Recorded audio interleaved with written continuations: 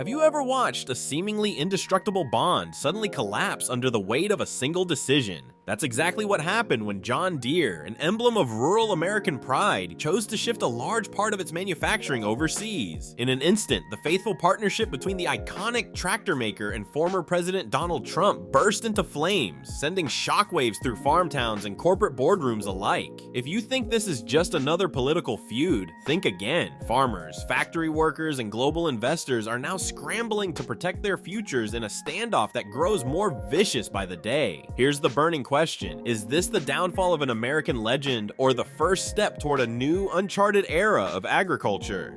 For generations, John Deere tractors have been the heartbeat of American farms, tilling soil in the scorching sun, hauling massive loads under relentless skies, and offering a dependable helping hand during harvest. Yet behind the nostalgic image of rolling green fields lies a corporation that has always had bigger ambitions. Over the last few years, the company quietly researched new markets and scouted potential global partners, dropping subtle hints it might one day expand beyond US borders in a big way. But no one expected it to happen so suddenly or so boldly. When John Deere publicly confirmed it was expanding manufacturing into Mexico and other international locations, it felt like a thunderclap in farming communities. Farmers who'd spent a lifetime praising the brand as a pillar of American engineering were left at a crossroads. Was John Deere forsaking its roots or simply adapting to the harsh realities of global competition? The news took a political turn almost immediately. News outlets latched onto the story, framing it as a high-stakes showdown between free market choices and the promise of American job protection. Politicians weighed in, but no voice was louder than the one belonging to Donald Trump, who saw John Deere's move as a direct challenge to his long-standing pledge to keep manufacturing at home.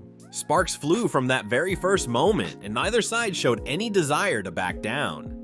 When Trump learned about John Deere's plans to establish production lines outside the United States, he pounced with characteristic intensity. During a rally packed with devoted supporters, he unleashed a barrage of criticism, accusing John Deere of turning its back on the country that made it a global powerhouse. According to Trump, this was more than a mere business decision. This was an act of betrayal that cut to the heart of his America First agenda. Then came the bombshell. Trump threatened to impose a 200% tariff on any John Deere products built outside US soil. His supporters roared their approval, sensing a chance to punish a corporate giant that, in their eyes, valued cheaper labor over national loyalty. Many expected John Deere to respond by offering concessions, a promise to keep certain factories open, or at least a timid apology. Instead, the company held its ground and insisted it would push forward. Behind the scenes, whispers circulated about tense phone calls and frantic negotiations that never made it to the news. Some speculated that advisors urged Trump to reconsider, warning that punishing John Deere might harm his own rural voter base by raising equipment costs. But if the rumors are true, Trump didn't budge. His public stance remained firm, ratcheting up the tension in what was fast becoming a media spectacle.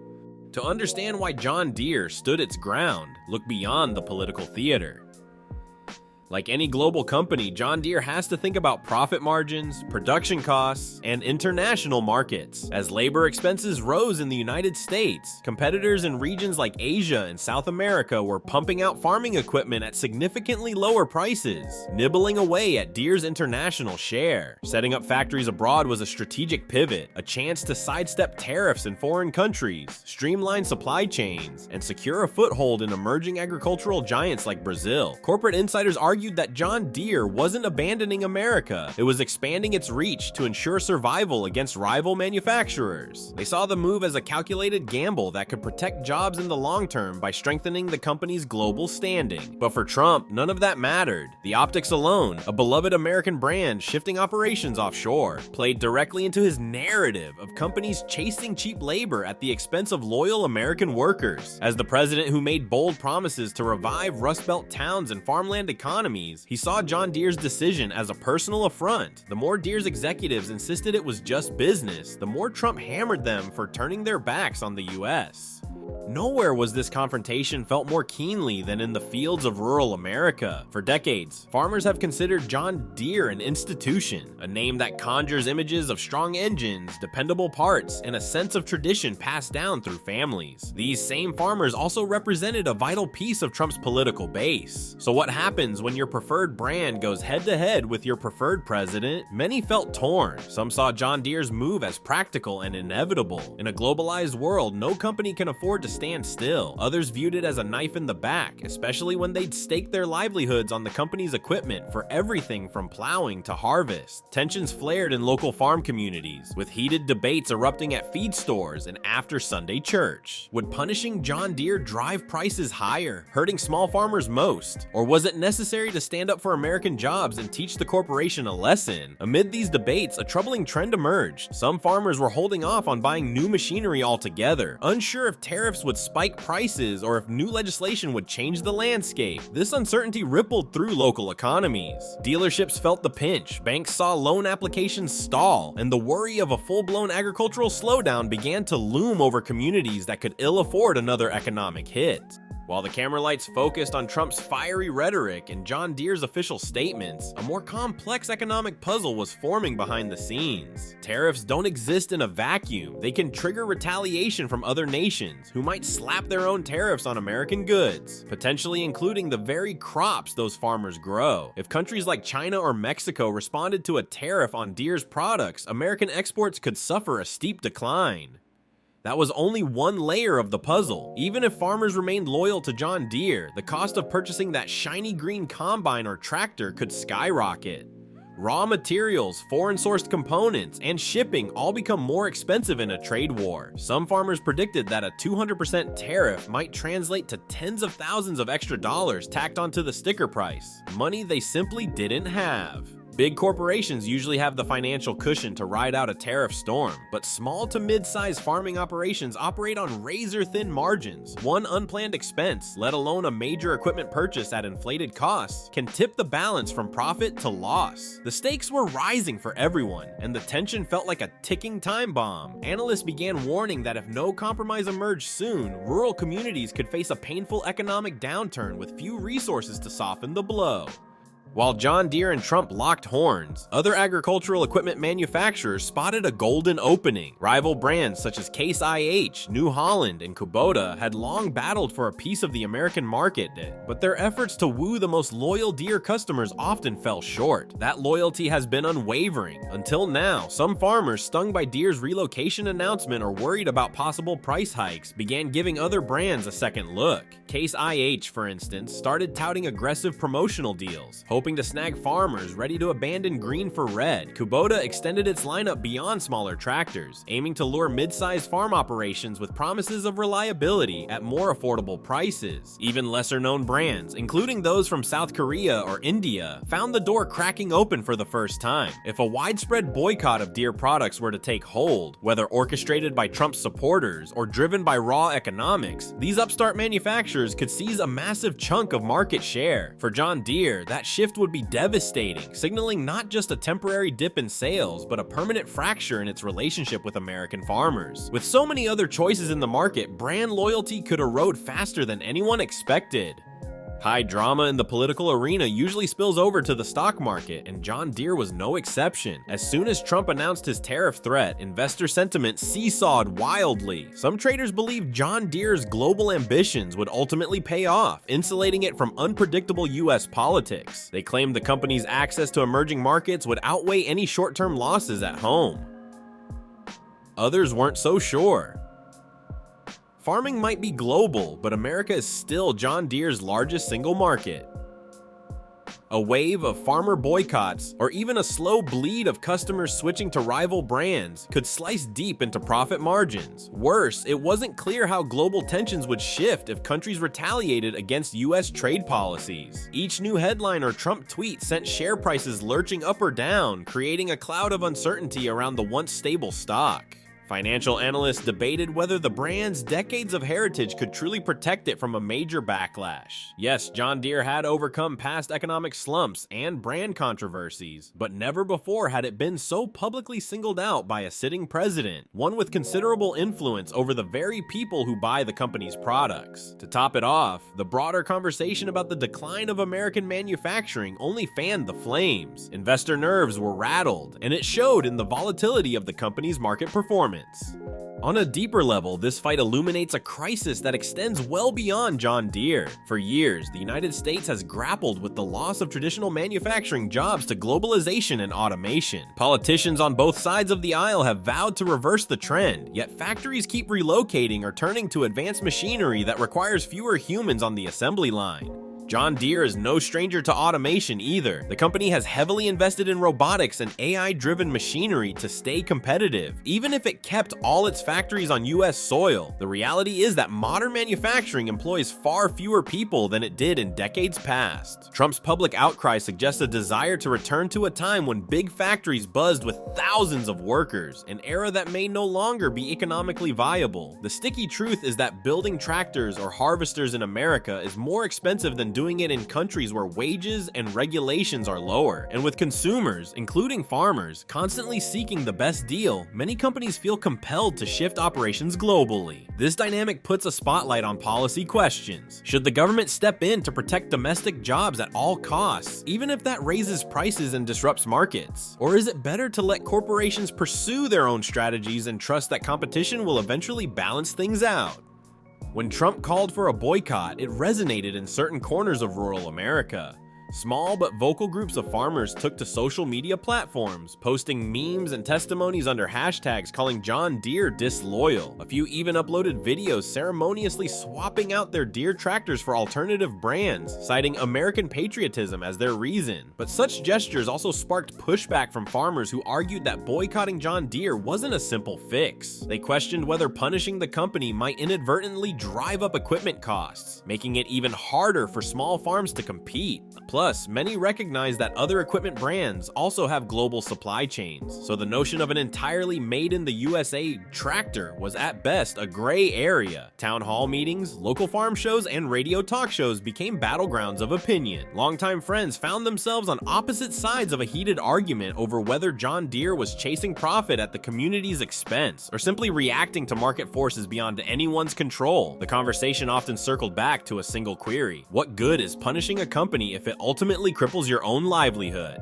On one side of this clash, you have Donald Trump, a figure whose entire political persona is built on upending the status quo. He sees John Deere's international move as an affront to his mission of revitalizing American manufacturing. For him, imposing a 200% tariff isn't just about pressuring a single company, it's about sending a message to every CEO who might consider shifting operations overseas. On the other side sits John Deere, an industry titan with nearly 2 centuries of history, grappling with modern economic pressures that have no easy solutions. By expanding abroad, executives hope to maintain a competitive edge in a rapidly changing global market, even if that means weathering a short-term political storm. It's a high-stakes poker game where each side believes the other will be forced to fold. Caught between them is a vast network of farmers, factory workers, dealerships, and suppliers. Everyday people who stand to lose far more than political clout. In small Midwestern towns, local economies depend on John Deere's presence for jobs, tax revenue, and community pride. Will the brand remain a friendly neighbor or become just another corporate giant chasing higher profits in distant lands? This showdown isn't happening in a vacuum either. Remember the earlier trade disputes involving steel, aluminum, and other essential commodities? Those skirmishes taught us a brutal lesson. Trade wars can backfire fast. When the US slaps tariffs on foreign goods, those countries often retaliate, hurting American exporters. In the case of farm equipment, it might mean that countries eager to expand their agricultural infrastructure could turn to other suppliers, potentially locking John Deere out of lucrative markets.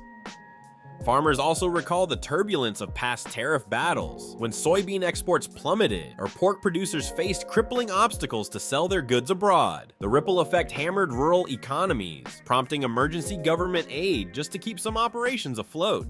So when Trump threatened another round of harsh tariffs, it set off alarm bells about repeating the same painful cycle, only this time centered on a brand that's deeply intertwined with farm culture. And that's the irony. The very people who stood by Trump through previous trade disputes are among those who rely most on affordable, reliable equipment. If costs spike and John Deere's business model is disrupted, it may be those same loyal supporters who feel the most immediate and severe impacts. Amid these trade disputes, a quiet technological revolution is changing how tractors, harvesters, and other machinery are made. Automation, robotics, and precision agriculture are the new frontiers. John Deere has been a trailblazer, pouring resources into AI-driven equipment that can plant seeds, apply fertilizer, or harvest crops with minimal human oversight. This shift could reduce long-term production costs, but it also erodes the old dream of factories packed with American workers. Startups and alternative brands see an opening. If John Deere is embroiled in a political and economic feud, they have more freedom to innovate and release new tech solutions without the baggage of a century-old name. Some are rolling out autonomous tractors that run on electric power. Others promise open software systems that grant farmers full repair rights, something John Deere has been criticized for limiting in the past. These emerging competitors might be small now, but if the conflict drags on and farmers grow frustrated, fresh technology could become a powerful draw.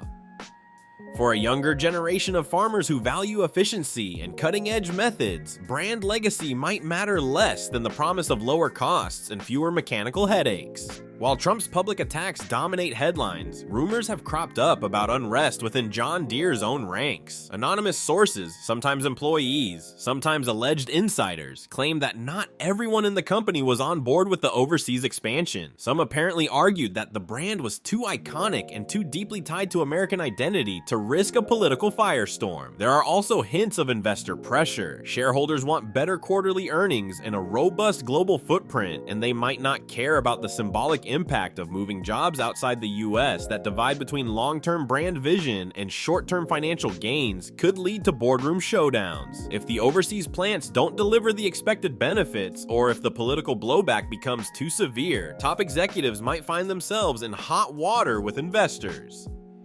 For employees on the factory floor, the uncertainty looms like a constant storm cloud. Layoffs, relocations, or wage freezes become very real possibilities if the company tries to cut costs while juggling tariffs. That's the human face of this conflict. Working-class families who, through no fault of their own, might lose job security because global economics and political showmanship collided at the worst possible time. It's not just the workers inside John Deere's plants who feel the tension. Think about the diners, the hardware stores, the barbershops, and the corner gas stations in towns where John Deere employs a significant portion of the workforce. A single major factory closure, or even a scale back, can vacuum money out of a local economy. Fewer paychecks mean fewer customers, and fewer customers can mean businesses shutting their doors for good. For local high schools and community colleges, which rely on tax revenue from large employers, budget cuts become a harsh reality if John Deere pulls out. Sports programs, arts funding, and scholarships could suffer, eroding the spirit and opportunities in these already struggling towns. And then there's the intangible impact, the sense of pride that comes from being a John Deere town. For many, that identity is woven into the local culture, showcased at festivals and parades that celebrate the brand's heritage. Against this backdrop, the Trump-Deere standoff feels like a ticking fuse, one that might lead to an economic explosion in places unprepared to handle it. As each side fortifies its position, communities brace for a decision that could alter their fate for generations. Neither Trump nor John Deere can ignore that kind of grassroots pressure forever. Every time a big corporation lands in hot water, social media is flooded with calls for a boycott. The question is, do these calls ever truly change behavior in the long run? In the case of John Deere, the stakes are distinct because the company's core customers, farmers, can't easily switch equipment brands on a whim. A tractor isn't a cup of coffee or a pair of sneakers. It's a major investment that often shapes an entire farm's workflow. Nevertheless, some farmers view a boycott as a moral imperative, a way to stand against what they see as a betrayal by a once revered brand. They might seek alternatives like Kubota, Case IH, or New Holland, but even these brands often source components worldwide. Plus, retooling a farm to use a different manufacturer's software and mechanical systems can be both expensive and time-consuming, creating hurdles for those looking to jump ship. Farmers who do follow through with a boycott might do so gradually, phasing out John Deere equipment over several years rather than discarding it all at once. That slower pace makes it harder to detect whether a boycott is truly biting into John Deere's bottom line. Still, if the online uproar continues and other political figures join Trump's crusade, the cumulative effect could erode Deere's standing, and once brand loyalty is broken, it can be nearly impossible to rebuild. So where does this all end? The reality is that no single factor is likely to resolve the conflict overnight. Trump has shown a willingness to sustain pressure if he believes it resonates with his base. John Deere, for its part, has billions of dollars in global operations at stake and won't simply halt its expansion because of political heat. Both sides appear prepared for a drawn-out battle, and that leaves farmers in a precarious limbo. In the near term, expect continued fluctuations in farm equipment prices as uncertainty rattles the markets. Dealerships might offer promotions to mitigate farmer sticker shock, but the fundamental costs won't vanish. A handful of farmers could find short-term workarounds, buying used equipment, renting, or even forming co-ops to share machinery. Yet these solutions don't address the broader rift. Another factor to watch is whether any fresh wave of trade negotiations emerges. If diplomatic channels open, maybe spurred by a new administration or changing economic conditions, Trump's tariffs could soften, or John Deere might scale back some international operations. But such an outcome would likely require a face-saving gesture on all sides, which seems distant given the current animosity. This saga can't be separated from the broader question of whether America can revive its manufacturing sector. Millions of Americans, from industrial hubs in the Midwest to small towns on the coasts, have witnessed factory closures, job losses, and the slow decline of once thriving industries. Trump tapped into that frustration, vowing to bring those jobs back and punish companies that refuse to comply. John Deere's defiance underlines the complexity of that promise. Even if a company wants to do the right thing and stay purely domestic, global economics often push it in the opposite direction. Competitors in emerging markets can offer lower prices and still meet quality standards that pass muster with many buyers. That race to the bottom has haunted the apparel, automotive, and electronics industries for years. Now it's hitting farm equipment in a very public way. Is there a solution that balances national pride, worker protections, and corporate viability? Opinions vary. Some advocate for targeted tax incentives to reward companies for keeping jobs at home. Others argue for universal basic income or large-scale investment in job retraining programs to prepare workers for automation. What's clear is that a short burst of tariffs and public shaming might not address the root causes of why manufacturing is leaving American soil in the first place. If debates over tariffs and manufacturing woes aren't complicated enough, consider the looming wave of technological transformation. Self-driving tractors already exist, and big data analytics is reshaping every step of the farming process. While John Deere has led the pack in some areas, like GPS-guided combines and real-time field mapping, emerging startups might leapfrog existing giants if they find new breakthroughs. What if advanced robotics and AI make centralized manufacturing cheaper and more flexible regardless of where factories are located? Could we see microfactories springing up closer to distribution points, automated to the point where labor costs barely matter? Such a scenario would completely upend the tariff debate, rendering it moot because human labor would no longer be the largest expense. In that possible future, John Deere's overseas expansion might look like a short-term maneuver that solves today's problems but fails to address tomorrow's technological revolution. Meanwhile, Trump's focus on punishing companies for outsourcing could become obsolete if machines replace most factory workers, domestic or foreign. It's a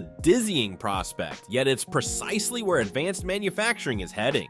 Adding even more fuel to the fire, media outlets have latched onto every rumor and leak. Stories circulate about Trump advisors urging him to go beyond tariffs, perhaps investigating John Deere for alleged compliance issues or pressuring government agencies to rescind contracts. Deere supporters call these rumors sensationalism, claiming the press is hungry for a scandal that might not exist. Critics argue they reflect genuine friction behind closed doors. Meanwhile, John Deere's PR team races to mitigate damage, releasing carefully worded statements about expanding opportunities and commitment to American communities. In small-town coffee shops, these corporate responses often ring hollow to farmers who want clear, concrete answers about job security and product affordability. The swirl of rumor and spin creates a cloud of confusion, making it difficult for regular folks to understand which threats are real and which are just headlines chasing clicks. What's beyond dispute is that both Trump and John Deere have recognized the power of media narratives. Trump wields rallies, interviews, and social platforms to hammer his point home,